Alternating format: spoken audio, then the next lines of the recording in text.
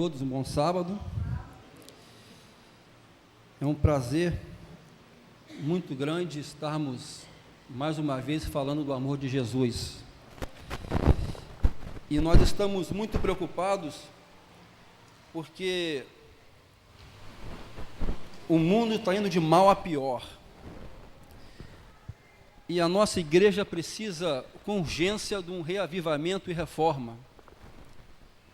Reavivamento e reforma. E quando o pastor aqui lançou o programa sobre reavivamento e reforma, eu fiquei muito feliz. Está aqui o irmão Alberto, todos conhecem o irmão Alberto? O irmão Alberto foi um dos fundadores do Malé junto conosco, e há quase 4 anos nós estamos falando sobre reavivamento e reforma na igreja do Malé, trazendo pessoas de outros estados com ótimos conteúdos para falar sobre reavivamento e reforma. E o irmão Aloan, que é do Rio Grande do Sul, ele esteve com o pastor Ted Wilson, presidente da Associação Geral. Ele teve o privilégio de apresentar o seu material todo extraído do livro do irmão White. O que parecia impossível para o irmão se tornou possível. E o pastor Ted Wilson, em seu primeiro sermão, ele pregou sobre reavivamento e reforma. E convidou o irmão Aloan a pregar sobre reavivamento e reforma em uma das igrejas nos Estados Unidos. E foi uma bênção. E a minha ex-igreja tem pregado sobre reavivamento e reforma.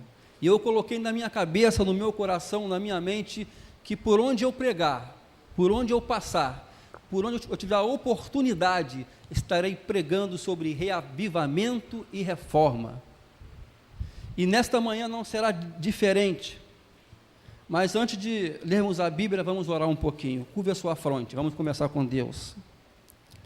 Senhor Deus, convido agora o seu Santo Espírito para que fale conosco e que nós possamos ouvir a sua voz, não a voz do irmão Vitor, e que saiamos daqui com a certeza que tivemos um encontro com o Senhor e que verdadeiramente possamos ser renovados e transformados, e que possamos praticar esse reavivamento e reforma. É o que eu lhe peço em nome de Jesus. Amém. Amados, o título desta manhã fala sobre reavivamento e reforma do rei Josias e suas lições para nós, ou seja, nos dias atuais. Nos dias atuais. Precisamos de reavivamento e reforma com urgência em nossas vidas, em nossas igrejas. E principalmente, a liderança das nossas igrejas. O que eu vou ler é muito importante. Não sei se vai dar tempo de tudo, mas eu tentarei, como tenho feito em muitas igrejas.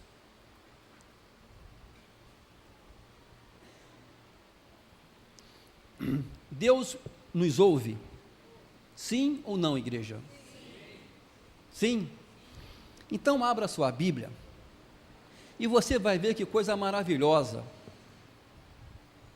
Em 2 Crônicas,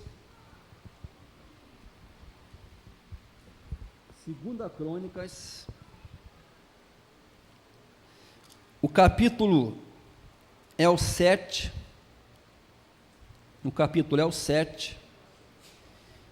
e o verso 14 a 16, todos acharam? Posso ler? Eu espero um pouquinho. Eu perguntei se Deus ouve a sua igreja. Eu perguntei se Deus ouve o seu povo. E vocês disseram o quê? Sim, ouve. Olha o que está escrito. Se o meu povo, que se chama pelo meu nome, se humilhar, orar e me buscar, e se converter dos seus maus caminhos, então eu ouvirei dos céus, perdoarei os seus pecados e sararei a sua terra. Estarão abertos os meus olhos e atentos aos meus ouvidos, a oração que se fizer neste lugar. Que lugar é este, amados? A igreja, na sua casa. Porque escolhi e santifiquei esta casa, para que nela esteja o meu nome perpetuamente. Nela estarão fixos os meus olhos e o meu coração todos os dias. Deus está com seus olhos fixados aonde? Nesta igreja. E ele fala mais: se o meu povo se humilhar e orar, o que ele fará? Ouvirá as nossas orações. Amados, o reavivamento e reforma tem sido pregado em inúmeras igrejas. Eu cheguei de Goiás não tem 4 meses, e lá também tem se pregado muito sobre reavivamento e reforma nas igrejas. E o resultado tem sido fantástico, porque isso não é uma obra do homem, é obra de Deus e do Espírito Santo.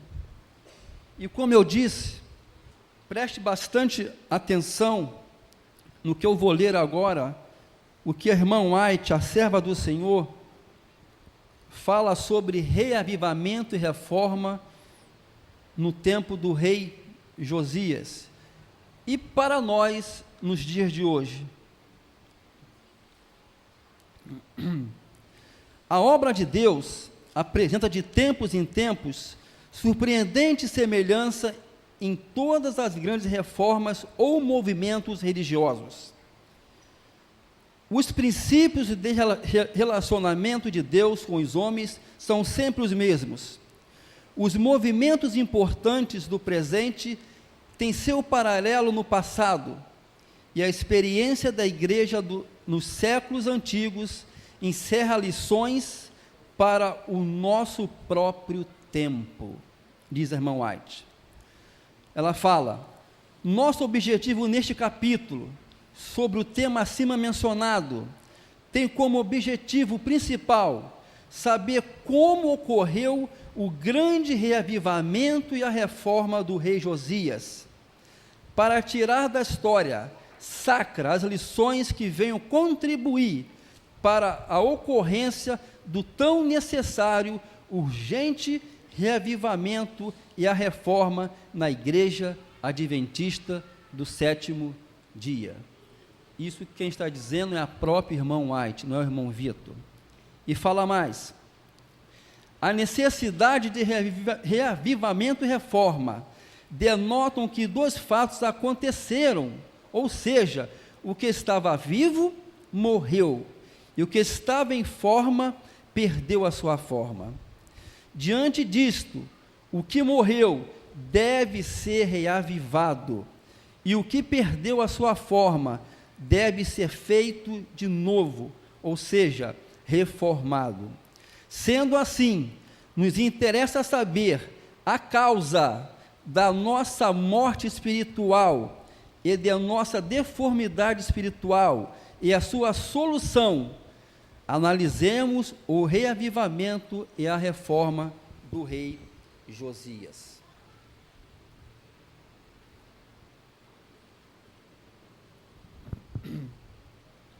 Eu fiquei chocado quando eu li isso daqui.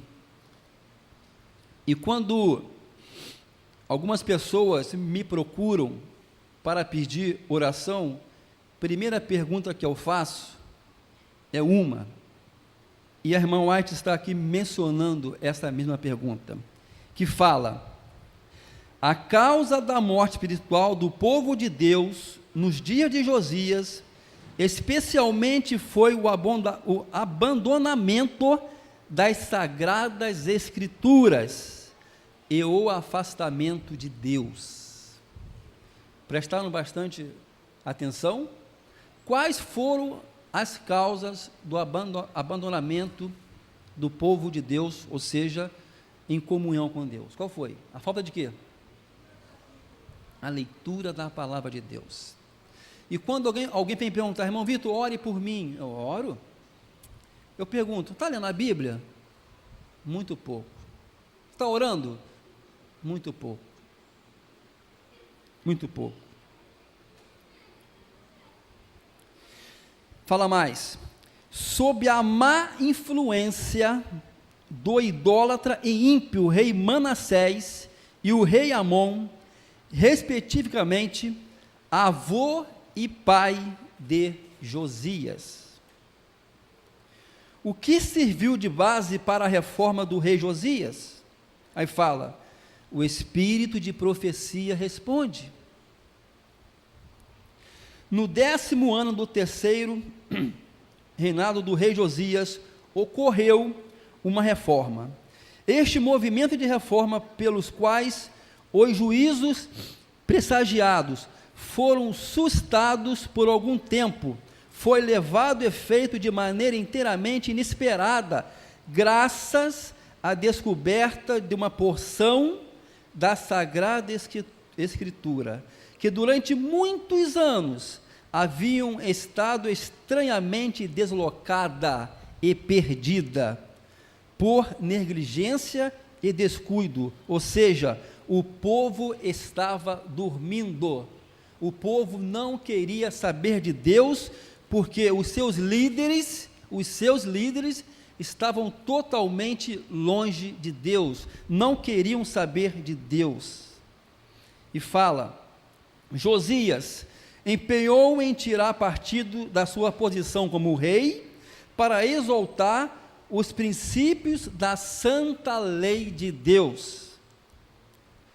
Ao ouvir a leitura da porção do livro da lei, Josias rasgou os seus vestidos, prostrou-se perante Deus e humilhou-se por ver quanto seu povo se afastara dos caminhos do Senhor. Preste bastante atenção, amigos. Josias, vendo que o seu povo estava afastado dos caminhos do Senhor, rasgou as suas vestes e começou o quê? A orar e se dedicar a Deus. E fala mais, a escritura, há muito abandonada, foi vista como aliada para a necessária reforma, ou seja, a escritura de Deus, a palavra de Deus. E agora, enquanto Safã lia para ele o livro da lei, o rei discerniu neste volume um tesouro desconhecido, um poderoso aliado na obra de reforma que tanto desejava ver executado na terra. O rei Josias viu a necessidade de uma urgente reforma. Para começá-la, convocou uma vasta assembleia. Ele promoveu de pronto uma grande convocação, para a qual foram convidados os anciãos e magistrados de Jerusalém e de Judá, juntamente com o povo comum. Estes, com os sacerdotes e levitas, reuniram-se ao rei ao pátio do templo. Josias, aproveitando, convocou todo mundo para essa grande reforma. E fala mais, Josias, antes de levar a obra geral da reforma, propôs agora que os mais elevados em autoridades se unissem ao povo num solene concerto perante Deus, de que cooperariam uns com os outros num esforço para instituir decididas mudanças. E o rei se pôs junto à coluna e fez o concerto perante o Senhor, para andarem com o Senhor e guardarem os seus mandamentos, os seus testemunhos e os seus estatutos com todo o coração e com toda a alma, confirmando as palavras deste concerto que estavam escritas naquele livro. A resposta foi mais generosa do que o rei ousara esperar. Todo o povo esteve por este concerto.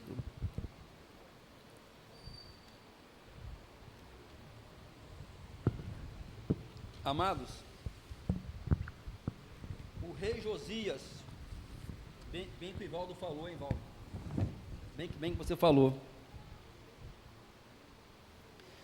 Mas tem aqui um assunto muito importante para os líderes. É que, irmãos, eu tenho que beber água, porque senão a minha voz some. Senão a minha voz some.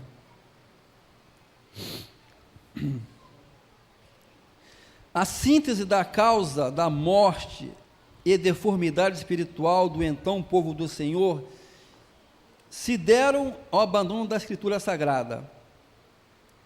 A trágica e diabólica influência, como já disse, do idólatra Manassés. Mas Josias teve que tomar uma posição drástica. Ele teve que tomar uma posição muito drástica, senão o povo ainda iria o quê? Se corromper. E fala mais. Sempre as reformas e reavivamento registrados na Bíblia contaram com ações de homens de coragem, de fé, de oração e zelosos da honra de Deus.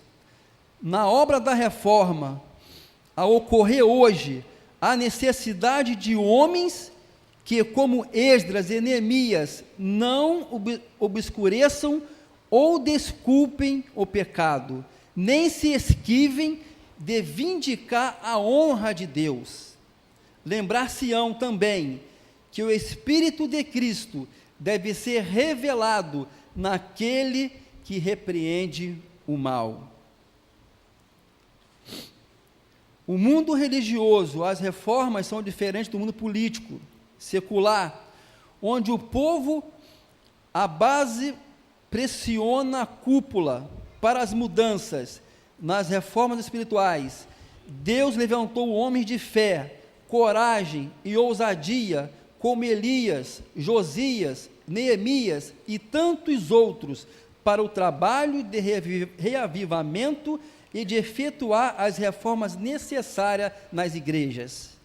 E eles pressionaram o povo, a base, para com as reformas que deviam acontecer.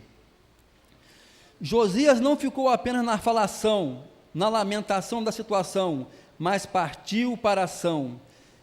Ele destruiu todo vestígio de idolatria que havia permanecido, mandou matar, olha que coisa, hein? Mandou matar todos os sacerdotes, os feiticeiros, os adivinhos, quebrou todos os ídolos, as imagens, profanou o altar idólatra que estava em Betel e realizou uma festa pascual, com o objetivo de estabelecer a fé de Judá no Deus de seus pais. A irmã falando, creio sinceramente que das lições da história de reforma de Josias, comparando o estado do nosso povo, estamos precisando com urgência de líderes eclesiásticos que se coloquem adiante do povo de Deus, morto espiritualmente, precisando de uma reforma geral, para fazer um concerto de reavivamento em todos os sentidos, que promovam uma grande convocação, uma santa assembleia, especificamente com jejum, que já estamos fazendo, e oração também, que já estamos fazendo. Homens que façam movimentos concretos de reformas. Deus está precisando de homens como Josias. Utiliza a tua habilidade para realizar movimentos concretos de reformas nas igrejas. Reúne em torno de ti aqueles que são firmes como um aço nos princípios da terceira mensagem angélica, e o Senhor será glorificado na obra que se será realizada. Amém. Agora eu vou falar aqui um assunto muito importante. Muito importante.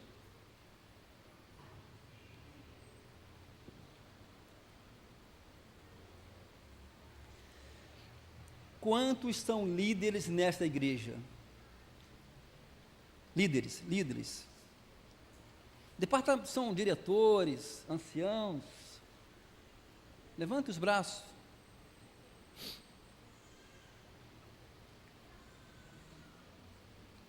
Vocês são líderes, né?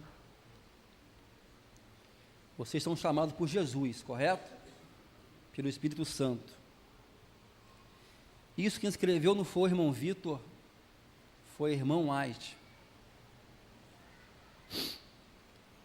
Os que têm cargo de liderança entre o povo de Deus devem estar na dianteira de reavivamento e reforma.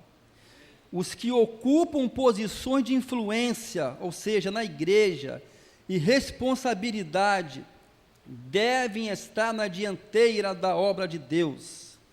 Se avançarem relutantemente, outros nem se moverão. Mas, olha que coisa linda, mas, Ivaldo, o seu zelo estimulará a muitos. Se a sua luz arder brilhantemente, 1000 tochas se acenderão à sua chama. Queridos, você que é líder desta igreja, não só dessa, das demais igrejas nossas, vocês têm a responsabilidade de estarem na frente, como Josias teve.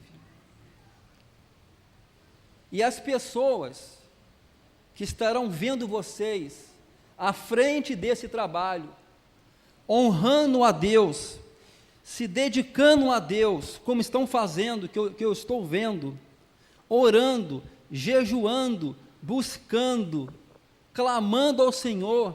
Senhor, nem todos querem ir, mas não desanime. Os céus, ou o céu, não são para os fracos, são para os fortes. O Deus de Jacó é o nosso refúgio, Ele é a nossa fortaleza. E às vezes, o que nós estamos vendo, que o povo está esfriando. Mas esse projeto que estão lançando, de reavivamento e reforma, é muito importante para as nossas vidas. Mas eu tenho que comprar isso, eu tenho que colocar isso em meu coração, eu tenho que pedir a Deus, ao Espírito Santo, a Jesus, que coloque isso na minha vida, no meu coração. Como? Oração e jejum. Lendo o quê? A palavra de Deus. Por isso que no passado o povo se afastou, porque não liam a Bíblia, vamos falar assim, não oravam, não buscavam a Deus, os seus líderes eram fracos, não queriam saber nada de Deus, e olha o que acontecera, o povo entrou em declínio, e toda vez que um líder do povo de Deus, Israel, não era um homem temente a Deus, quem sofria? O povo de Deus. O povo de Deus. Já estamos quase terminando. Fala mais. Desde que os chefes se puseram à frente de Israel, o povo se ofereceu voluntariamente e fala: bendizei ao Senhor, ou seja, se apresentaram voluntariamente para o que? Ajudar aqueles líderes, e fala: precisamos descobrir a Bíblia, especialmente, diz a irmã White, especialmente, olha que coisa interessante, especialmente, um livro, todos os livros são muito importantes da Bíblia, não são?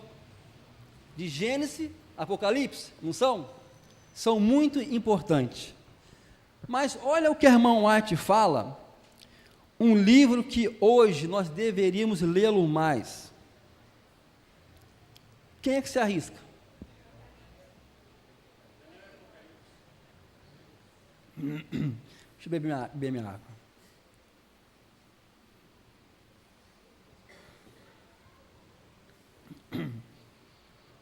Precisamos descobrir a Bíblia, especialmente o livro do Apocalipse, pois o seu estudo nos levará a um reavivamento. Amém? Quando nós, como um povo, compreendermos que este livro, ou seja, o Apocalipse, para nós, significa ver-se-á nos grandes reavivamentos. Devemos suplicar, levante entre nós homens como o reformador Josias, para que reavivados e reformados possamos cumprir a nossa comissão evangélica, para que o teu Filho possa nos buscar para o lar eterno. Irmãos, precisamos ler o livro do Apocalipse. Não é deixar de ler os outros livros, mas a irmã White fala o quê? Que precisamos ler atualmente mais o livro do Apocalipse. Isso quem está falando não é o irmão Vitor, é a irmã White. E eu vou ler aqui de novo, 2 Crônicas, para que vocês possam prestar bastante atenção, para que esta igreja e as demais igrejas adventistas possa ter resultados fantásticos com esse trabalho que foi colocado para nós. Vou repetir.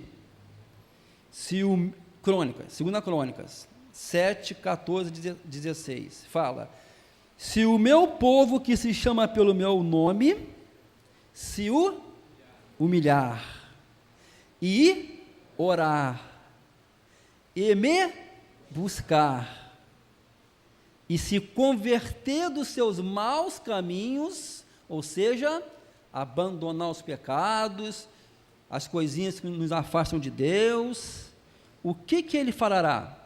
Ou o que ele fará conosco? Então eu, no caso Jesus, ouvirei dos céus, perdoarei os seus pecados e sararei, a sua terra. E fala: estarão abertos os meus olhos, ou seja, o de Jesus, e atentos os meus ouvidos à oração que se fizer neste lugar, na casa de Deus. Porque escolhi e santifiquei esta casa, que nela esteja o meu nome perpetuamente, nela estarão fixos os meus olhos e o meu coração todos os dias. Irmãos, reavivamento e reforma se faz necessário com urgência em nossas vidas. O apóstolo Paulo tinha certeza da sua salvação? Sim ou não? Sim ou não? O apóstolo Paulo tinha certeza da sua salvação? Sim, ele tinha. Claro que tinha. Claro que tinha. Por que ele tinha certeza da sua salvação? Porque ele era um homem que se dedicava a Deus, era um homem que tinha uma íntima comunhão com Deus. E tem mais, era tão fiel, ele lia a Bíblia, né, Val? Lia a Bíblia, com certeza. Ele era tão fiel que ele matava em nome de Deus. Só que, no pensamento dele, aquilo era certo. Mas, como era um homem sincero, Deus encontrou-se com ele e falou: Saulo, Saulo, por que me persegues? Quem és tu? Ele falou, Jesus. Queridos, não perca as esperanças. Eu conheci um jovem que ele era auxiliar de um pastor de uma determinada igreja. Esse menino, esse jovem, ele massacrava a nossa igreja. Ele massacrava. O pastor dele, quando tinha a chance de pregar, só falava sobre a nossa igreja. Nunca de Jesus, só da nossa igreja, incrível. Só que um dia, esse jovem conheceu um adventista do 7º dia. E quando ele conheceu, a primeira coisa que ele falou, olha, você está dentro de uma seita. Você faz parte de uma seita. De uma seita. E foi oferecido para ele um estudo bíblico. Ele falou, vou fazer por fazer, mas continuo com a mesma convicção, que os adventistas não irão para o céu, porque são seita. Vocês, ao invés de ouvirem Jesus, vocês escutam assim mesmo, uma tal de irmã White. Tá bom. Começou a estudar a Bíblia, vários cursos.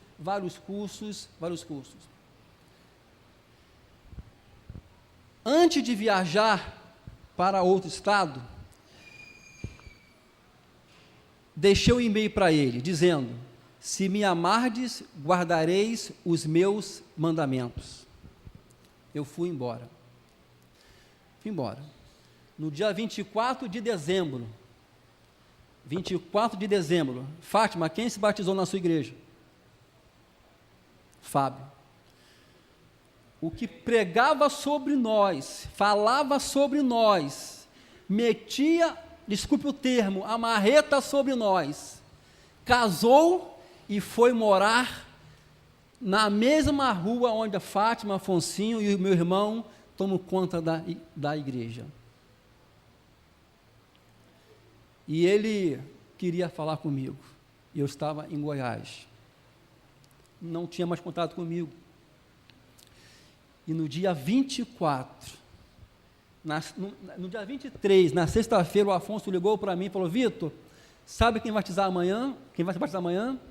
Falei, quem? O Fábio. Falei, Fábio? O Fábio. Aquele que você, deixou a semente plantada. Dentro da igreja dele, ele pregava sobre o sábado, não comia carne de porco e foi expulso pelo seu pastor. Pelo seu pastor. E ele falou uma coisa para mim, porque eu estava pregando no dia 24 em Cascadura, e à tarde eu fui vê-lo. Ele falou, Vitor, quando você escreveu para mim, se me amardes, guardareis os meus mandamentos, aquilo me quebrou. Eu fiquei desfacelado. Queridos, o que eu quero dizer com isso? Já são meio-dia, já terminei, mas o que eu quero dizer com isso? Não desanimem. Jesus está voltando. Quem estuda a Bíblia, não é quem lê, quem estuda a Bíblia sabe que Jesus está voltando, porque os fatos e as coisas estão acontecendo nesse mundo. E esse projeto de reavivamento e reforma, eu faço um apelo aqui nesta manhã, não brinquem com isso, pelo contrário, busquem cada vez mais a Jesus, porque a igreja será vitoriosa. Esta igreja é a menina dos olhos de Deus, ela nunca perdeu, ela sempre ganhou, porque o nosso comandante é Jesus Cristo. Que Deus nos abençoe e que Deus nos guarde.